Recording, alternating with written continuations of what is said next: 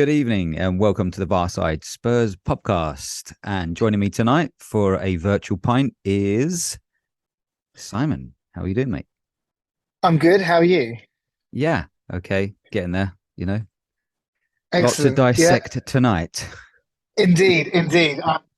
I just finished a busy day. I'm still in the office, as you can see from my running. So Yeah, I'm just trying you, to disengage from work and think football. And you're so I just, busy making uh, lots and lots of money. I can see, like you look like you're dripping in money there. well, we try, but not very successfully, but we try.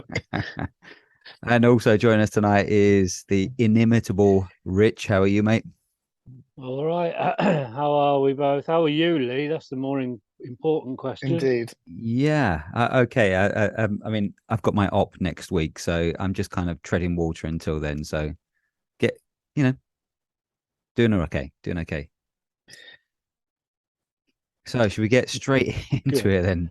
Yeah, let's We'll, crack on. yeah, we'll start. I mean, I know I think we haven't really reviewed the Nottingham Forest game, but the less said about that, the better. I think we'll just Doesn't need. conveniently skirt over that piece of shit. That was probably one of the worst performances I've seen in about 10 years. But um, we'll I move think on that'd to be a the wise. Leeds game. Yeah. I think it'd be a wise thing to do. A wise thing to do.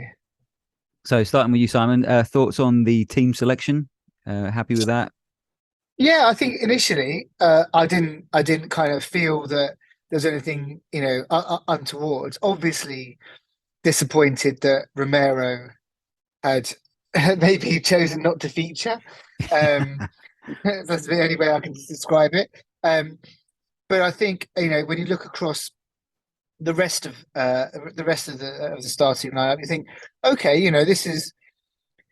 I think we're starting to get used to seeing a first 11 and feeling relatively comfortable with them. As we've talked about before, we've got, we have the resident bogeyman, Emerson. But other than that, we're starting to see, well, actually, there's with few exceptions, you can put pretty much any combination of players on the pitch. You think, okay, that's great. But the Hmm. important thing is always who have we got on the bench to bring on if we need to, and that's kind of you look down that list and go, okay, there's some interesting, there's some options there maybe, but without having Kulusevski back is a big thing. Having Romero out is a bit of a disappointment. Mm. But you kind of go, but okay, we should be strong enough to win, and obviously Sun out as well.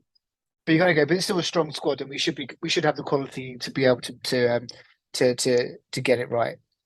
Well, on the downside, as you sort of seeming to hint at there, Romero was pictured recently in his full Yeah, kit, turning out for his yeah. country, Argentina. Hmm. Hmm. But I think we could probably read more into that than actually probably is actually the case. Who knows? He's probably just turned up as he should be anyway and got in his kit. I mean, it doesn't mean to say that he's like raring to go straight away. Um, but Except he did post something on Instagram which said something about, oh, I'm so pleased to be here, Argentina, I love you, or something like that, which is yeah, all very nice, but use your brain. yeah, no, I totally agree. I think that was probably not the wisest thing. But then again, without being too cliched, footballers probably aren't noted for being the wisest things. I know, but So then that's why they've got enough money to surround themselves with people yeah, that's why who they should have a sometimes take their super, phones away from them. yeah, running their social media accounts for them. So, Rich, team selection, you happy with that? Tactics, even? Well, sort of echoing what Simon was saying, really, and also obviously, the main headline is Kulu being back, and also nice to see that Richarlison has come back able to come back into the team right when we actually need him. Hmm. Because if Mm. he'd still not been really, ready to play, then there would have been, a big sort of hole there. Yeah. Hmm. I mean, to be fair, I don't know how effective he was, but it was just good to see him back. I mean, what did you make of his contribution overall, Rich? Well, I mean, like you say, it wasn't a stellar performance that stood out, but what did we get out of him? 65 minutes, I think, something like Something like that. that, wasn't it? Yeah. Yeah.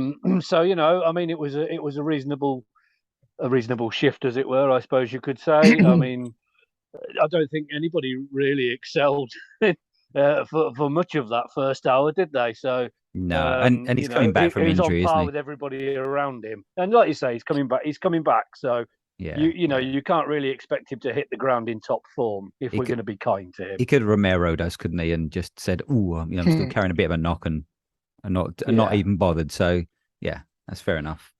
So if we get straight on, sorry, go on, Simon, go on, mate. Oh no, I was just saying, yeah, I've had a quick flick through here.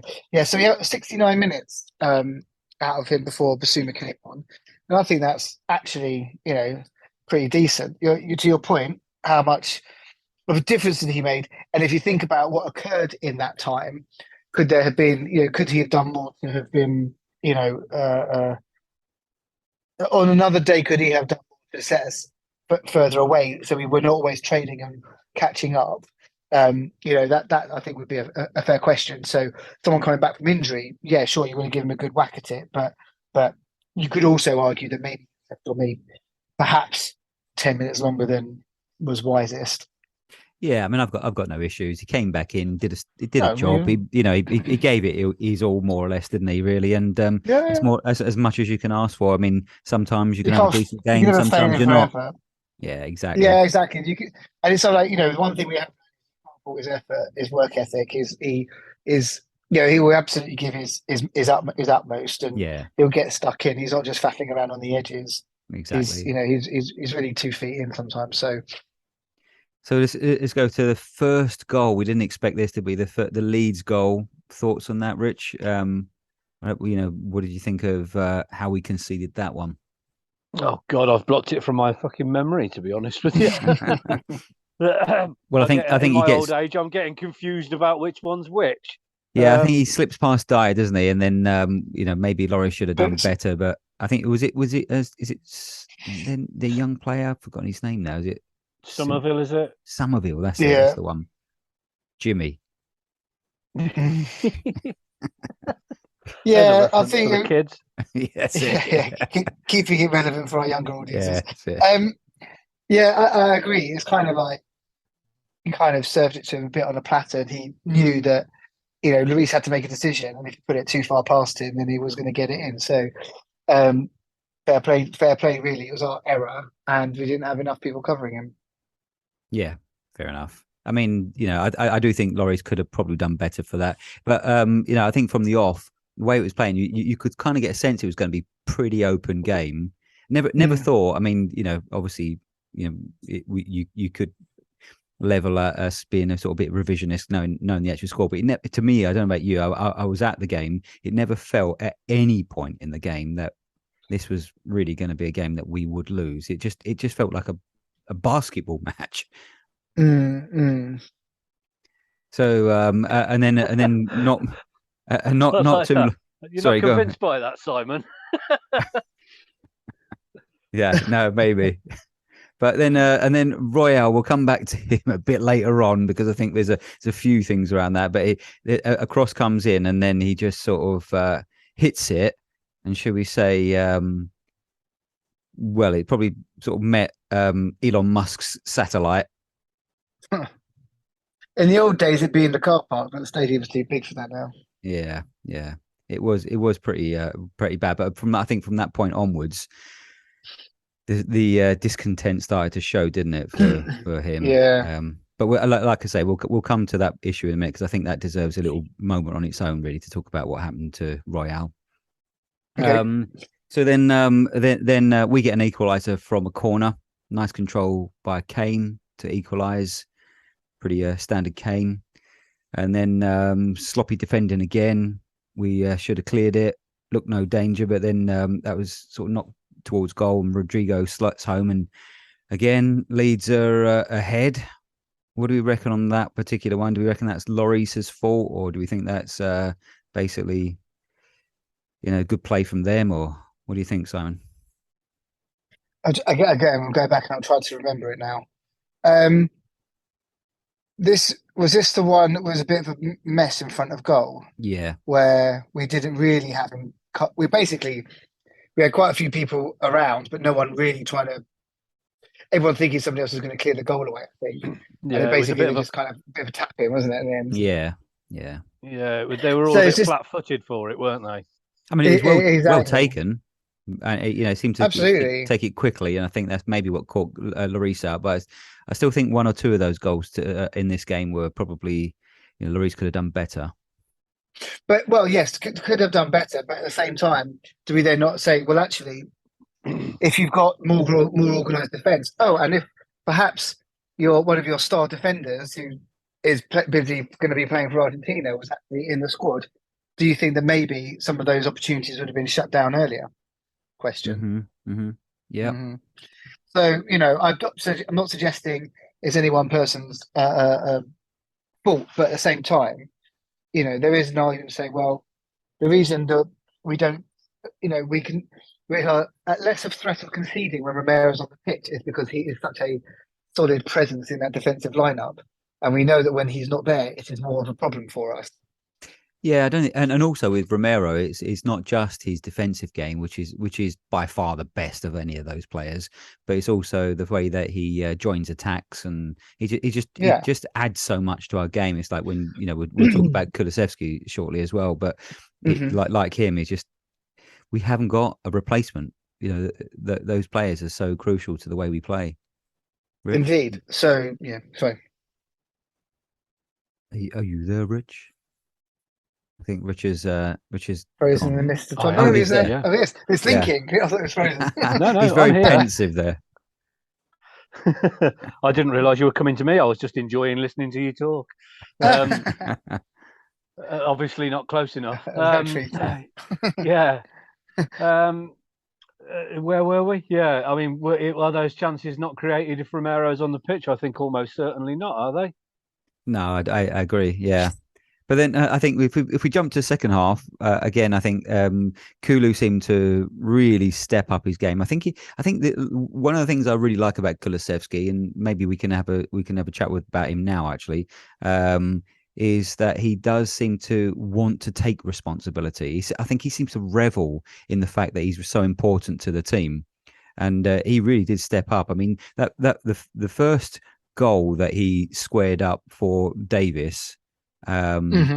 Was almost like a kind of carbon copy of the winner later on. It was very similar the way he just knocked it past his man, and I seem to remember him having a little interview recently where he was talking kind of through one of those goals and just saying I'd sort of seen it all in my head what was going to happen, and that you got a player.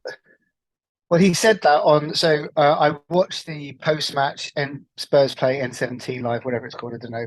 But anyway, I watched that because I watched the highlights back, and it was the thing that came on afterwards. And he pretty much said that's what happened for the last goal. And I'm not trying to skip it, but it's pretty much verbatim what he said, which is he gets himself in a position and he just knows he can see how it's going to work. And so Roddy obviously just it's like that partnership, and then goes, well, actually, therefore, I know what he's in the position. I know what's going to happen. It's almost like it's written, and therefore he plays the ball, and he knows it's a goal. So I think it's kind of the foresight as well as the partnership. Absolutely, I totally agree, and also maybe the coaching as well, because you got to give some a degree of kind of kudos to Conte really for the fact that one of the things we've been sort of discussing about him over the sort of the months and the time he's been in charge is his automations.